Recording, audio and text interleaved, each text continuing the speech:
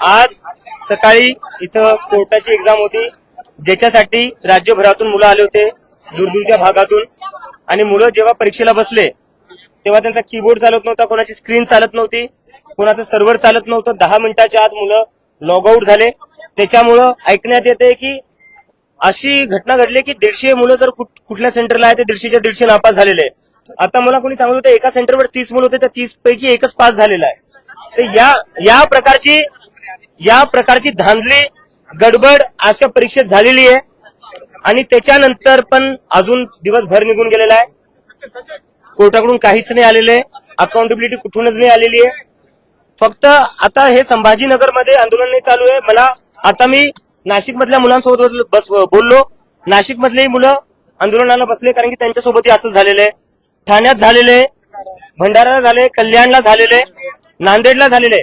तर राज्यभरात हे झालेले आहे. हजारो मुला मुलींचं भविष्य आज जे खूप अपेक्षा घेऊन परीक्षेला आलं होतं ते सगळं पाण्यात गेलेलं आहे. कशामुळं? कारण की हे परीक्षा नीट घेऊ नाही शकत.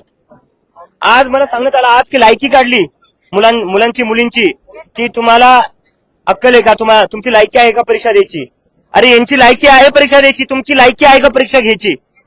कुठले कीबोर्ड आणले पाहिजे काय, तुमच्याकडे चांगले कीबोर्ड नाहीये, तुमच्याकडे चांगले कम्प्युटर नाहीये, तुमची लायकी आहे का परीक्षा घ्यायची.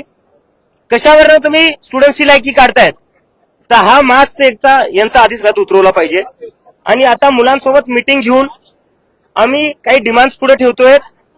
त्या पहिली डिमांड त्याच्यातली सगळ्यात मोठी ही आहे की राज्यभरात फक्त संभाजीनगरचा विषय नाहीये, फक्त ह्या सेंटर पुरता विषय नाहीये, हे सगळे राज्यभराची डिमांड आहे. कारण की राज्यभरात हा गोंधळ झालेला आहे. आज री एक्झामिनेशन पेपर टू स्क्रीन आणि ही री एक्झामिनेशन असल्याही कुठल्याही फालतू सेंटरमध्ये नाही घेण्यात यावी, ज्यांच्याकडे चांगले कम्प्युटर सुद्धा नाहीये. ही एक्झामिनेशन जी आहे ती हायकोर्टानेच घेतली पाहिजे आणि त्यांच्याच इन्स्टिट्यूशन्स मध्ये घेतली पाहिजे. असे कुठे थर्ड पार्टीमध्ये जिथे साधे तुमचे कम्प्युटरही चांगले चालत नाही तिथे एक्झामिनेशन तुम्ही घेऊ नाही शकत. आणि दुसरं बायोमेट्रिक चेकिंग करा. आज मुलांचं आय कार्ड न चेक करता, बायोमेट्रिक चेक न करता कोणीही परीक्षेला बसलेले काय ऑनलाईन परीक्षा घेताय तुम्ही. जर तुम्ही बायोमेट्रिक घेत नाही, मुलांचे आयडी कार्ड चेक नाही करत येतं, याचा अर्थ डमी कॅन्डिडेट्सला बसवण्यात येते. दुसरी डिमांड जी आहे, असे जितकेही सेंटर्स आहे जिथं कम्प्युटर नीट नाहीये, कीबोर्ड नीट नाहीये, माऊस नीट चालत नाहीये, स्क्रीन नीट चालत नाहीये, ते सगळे सेंटर ब्लॅकलिस्ट करण्यात यावे. इतक्या दुरून दुरून मुलं येत आहेत 10-10, 12-12 तासाचा प्रवास करून, आणि त्याच्यानंतर तुमचं कीबोर्ड चालत नाही. या मुलांनी जायचं कुठं आज. दिवसभर सकाळपासून हे काही न खाता काही न पिता इथं बसलेले, पाणी सुद्धा पिले नाही, आत वॉशरूमलाही जाऊ नये देते यांना. जायचं कुठे या मुलांनी. तर याची सगळी चेकिंग आधीच केली पाहिजे. जे परीक्षा घेते हायकोर्टच्या अधिकाऱ्यांनी आधी व्हेरीफाय केलं पाहिजे सेंटरमध्ये कम्प्युटर परीक्षे लायकीचे तरी आहे की नाही. मुलांची लायकी काढण्याच्या आधी तुमच्या सेंटरची लायकी बघा तुम्ही, मुलांची लायकी नका काढू. आमची तिसरी डिमांड जी आहे या मुलांची ती ही आहे की ज्या कोणत्या कंपनीला टेंडर दिलं होतं एक्झाम कंडक्ट करण्याचं, त्याचं सर्व्हर आज चाललं नाही. 10 मिनिटाच्या आत मुलं लॉग आउट झाले आणि जवळपास सगळेच मुलं फेल करण्यात आले. तर ही जी कुठली कंपनी आहे त्या कंपनीच्या विरुद्ध कारवाई झालीच पाहिजे. त्यांचं टेंडर कॅन्सल करण्यात यावं आणि याच्या पुढे ऑडिट केल्यानंतरच टेंडर देण्यात यावं. असे उठलं सुटलं कोणालाही टेंडर देत तुम्ही फिरू नका. चौथी डिमांड, आता जेव्हा डेलिगेशन स्टुडंट्स भेटायला गेलो होतो आत जज साहेबांना, जज साहेब म्हणतात तुमचं करिअरचं तुम्ही बघा, ह्या सगळ्या भानगडीत तुम्ही पडू नका, नाही तर तुमचं करिअर खराब होईल. ह्या धमक्या तुम्ही स्टुडंट्सला देऊ नका. तर आमची जी चौथी डिमांड ती ही आहे, आज राज्यभरात वेगळ्या वेगळ्या जिल्ह्यात जिथं कुठं मुलं प्रोटेस्ट करतायत, सेंटरवर प्रोटेस्ट करतायत, त्यांच्यावर कुठलीही कारवाई करण्यात यावी नाही, कुठल्याही केसेस फाईल करण्यात यावा नाही. कारण की ते मुलं त्यांच्या शिक्षणासाठी लढतायत, त्यांच्या भविष्यासाठी लढतायत. ते काय आतंकवादी नाही, ते काय क्रिमिनल्स नाहीये. जर हीच परीक्षा चांगली झाली असती, सुरळीतपणे झाली असती, तर ते कशाला आंदोलनाला बसले असते. या मुलांना काय हाऊस आहे का सकाळपासून उपाशी बसायची इथे. तर यांच्यावर कुठल्याही प्रकारचे गुन्हे दाखल नाही करण्यात यावे. जर गुन्हे दाखल झाले तर आम्ही परत आंदोलनाला बसू. आणि आता ह्या आमच्या 4 ठळक डिमांड्स आहेत. आणि याच्यानंतर जर तुम्ही एक्झाम घेतायत तर ती तर ऑफलाईन झाली पाहिजे, मुलांची डिमांड आहे. आणि हायकोर्टच्या अंतर्गत झाली पाहिजे आणि त्याचं नोटिफिकेशन लिखित मध्ये आलं पाहिजे. ते सगळं हायकोर्टच्या अंतर्गत झालं पाहिजे. व्हेरीफाय सेंटर्स व्हेरीफाय केले पाहिजे. आणि असं नाही चालणार आता की परीक्षा होती, एकाचा कीबोर्ड चालतो, एकाचा नाही चालत, एकाचा लॉजिटेक्सचा आहे, एकाचा सॅमसंगचा आहे, कोणाचा एलजीचा आहे. सगळं सेम पाहिजे. नाही तर या मुलांच्या मनात डाऊट असेल की याला जी फॅसिलिटी भेटते ती मला का नाही भेटत. तर हे सगळं सुरळीत केलं पाहिजे. आणि ह्या ठराविक डिमांड्स याच्यावर सरकार हायकोर्टाने तुरंत काय आहे ते लिखित मध्ये द्यावं. उगाच एखाद्या कागदावर लिहून नाही चालणार. लेटर हेडवर त्यांच्या स्टॅम्प सोबत जे काही त्यांचं डिसिजन असेल आणि या डिमांड्सवर त्यांचं काय म्हणणं आहे ते त्यांनी सांगितलं पाहिजे. त्यानंतरच आंदोलनाचं पुढे काय आहे तोपर्यंत ते आम्ही सांगू, तोपर्यंत आम्ही मागे सरकणार.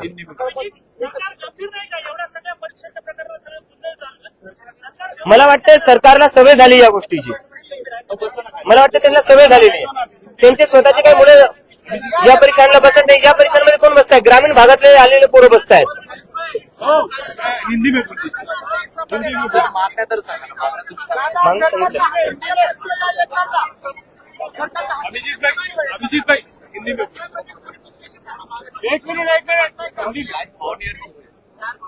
अभी एक डेलीगेशन अंदर गया था. आज जो एग्जाम हुई है सुबह यहाँ पर हाईकोर्ट की, उस एग्जाम में ना कीबोर्ड ठीक से काम कर रहा था, ना सर्वर काम कर रहा था, ना माउस काम कर रहा था. इसके वजह से बहुत सारे स्टूडेंट्स जो महाराष्ट्र के अलग अलग हिस्सों से आए थे उन स्टूडेंट्स को बहुत इनकन्वीनियंस हुआ. इनकन्वीनियंस ही नहीं हुआ.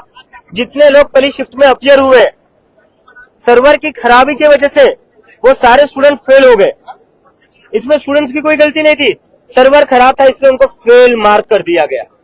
तो इसके वजह से सुबह से यहाँ पर स्टूडेंट्स बिना कुछ खाए पिए आंदोलन पर बैठे हुए. और अभी उन स्टूडेंट्स से बात करने के बाद उन्होंने कुछ 4 डिमांड्स रखी. वो डिमांड्स मैं आपके सामने रखता हूँ. पहली डिमांड, री एग्जामिनेशन होनी चाहिए, पेपर टू स्क्रीन.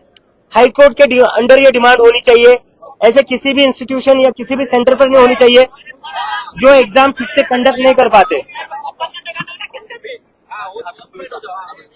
तो ऐसे किसी भी सेंटर पर एग्जाम आप कंडक्ट नहीं कर सकते जिस सेंटर पर ना अच्छे कंप्यूटर से, ना अच्छे स्क्रीन से, ना अच्छे कीबोर्ड से. दूसरी जो डिमांड है वो डिमांड है कि ऐसे जितने भी घोटाले वाले सेंटर्स है उन सभी सेंटर्स को ब्लैकलिस्ट किया जाए. इसके बाद यहाँ पर कोई भी एग्जाम कंडक्ट ना की जाए. तीसरी जो डिमांड है, जिस कंपनी को टेंडर दिया गया था एग्जाम कंडक्ट करने का, उस कंपनी के अगेंस्ट एक्शन लिया जाए, उस कंपनी की इन्वेस्टिगेशन की जाए और उस कंपनी को ब्लैकलिस्ट किया जाए.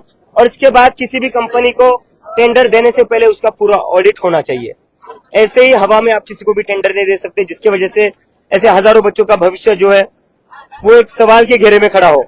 और चौथी जो डिमांड है, अभी जब बच्चे मिलने गए थे जज से अंदर तो वो उन्हें एक तरीके से धमका रहे थे कि आपका करियर है, आप ये किन चीजों में फंसे हुए हैं. ये बच्चे जो आंदोलन कर रहे हैं वो अपने भविष्य के लिए कर रहे हैं, अपने एजुकेशन के लिए कर रहे हैं.